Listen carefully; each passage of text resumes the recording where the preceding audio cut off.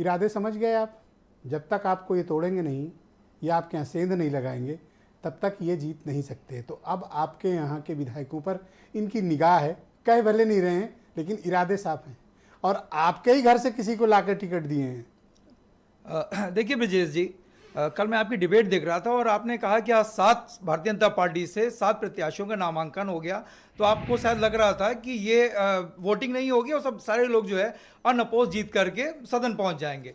लेकिन मुझे जहां तक लग रहा था कि भारतीय जनता पार्टी अपने सत्ता बल, धन बल और बाहुर बल के आधार पर एक अपना प्रत्याशी, 8वां प्रत्याशी जरूर तैयार करेगी, जरूर उतारेगी। लेकिन आदरणीय ब्रजेश जी, हम लोग पहले से ही मेंटली और हर तरीके से हम लोग प्रिपेयर थे और हम लोग जानते थे। और देखिए रहा सवाल, अभी बार बार जो है हमारी समाजवादी पार्टी की विधायिका आदरणीय पल्लवी पटेल जी के बारे में बार बार कह रहे थे, इनको शायद ये नहीं पता है कि समाजवादी पार्टी डेमोक्रेटिक पार्टी है, यहाँ पर फ्रीडम टू स्पीक है, यहाँ पर डिक्टेटरशिप नहीं है। और इनके पार्टी के बहुत से ऐसे विधायक सांसद हम लोग को शादी ब्याह में मिल जाते हैं और अपना दर्द दुखड़ा जिस तरीके से रोते हैं ब्रजेश जी, वो मैं आपसे कह नहीं सकता। सर 33 है आपके पास और फर्स्ट प्रेफरेंशियल 37 चाहिए, आपके पास भी 4 कम है, पहला सवाल।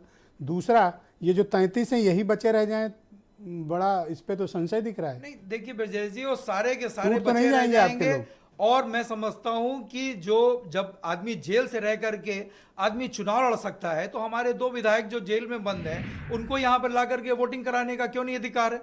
जेल से रह करके आप चुनाव लड़ सकते हैं लेकिन जेल से आकर के आप वोट नहीं डाल सकते हैं। और रहा सवाल, देखिए मैं बार बार कहना चाहता हूं, कोर्ट अगर कहेगी कि जाओ वोट डाल सकते हो तभी हो सकता है, अदरवाइज बिल्कुल हम लोग कोर्ट का हम लोग दरवाजा खटखटाएंगे, माननीय न्यायालय की शरण में। सर आप खटखटाएंगे तो अब्बास अंसारी भी तो आएंगे वोट देने संजय सेठ को। बिल्कुल आए, हमें उसमें देखिए ये तो लोकतंत्र की प्रक्रिया है, आप अकेले थोड़ी फायदा पाओगे। बिल्कुल आना चाहिए। मैं तो इस लोकतंत्र की प्रक्रिया में मैं तो चाहता हूं कि जो जिसका अधिकार है उसको उसका अधिकार मिलना चाहिए। कोई टूट के आसार हैं क्या आपकी पार्टी में? ऐसा बीजेपी को लग रहा है, तभी 8वां उतारा है। बीजेपी सामान्य गेम नहीं खेलती है, पहले होमवर्क करती है फिर खेलती है। सर देखिए सोच लो, हमारे वहां सारे नंबर जो है पूरी तरीके से एकदम मजबूत हैं। और रहा सवाल पल्लवी पटेल जी का, बार बार नाम आ रहा है, हमारे भारतीय जनता पार्टी के प्रवक्ता बड़े भाई ने बार बार पल्लवी पटेल जी का नाम लिया। देखिए इनको शायद ये नहीं मालूम है कि पल्लवी पटेल जी का और श्री अखिलेश यादव जी का भाई बहन का रिश्ता है, और बहन कभी भाई को धोखा नहीं देती। सर कितना भी बराबर करने वाला बयान दे लो, नहीं देखिए ये सारी लेकिन राम गोपाल जी ने ऐसी बात कह दी कि बात बनेगी नहीं। देखिए राम गोपाल जी ने उनका नाम लेकर नहीं कहा, उन्होंने ये जरूर कहा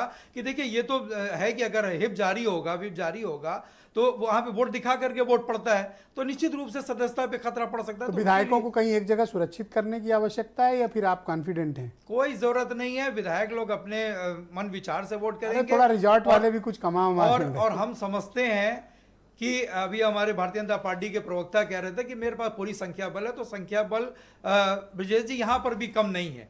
और रहा सवाल पीडीए का, तो उसमें हमारे एक दलित चेहरा है और भारतीय जनता पार्टी के बहुत से विधायक हैं जो दलितों को वोट करने का काम करेंगे।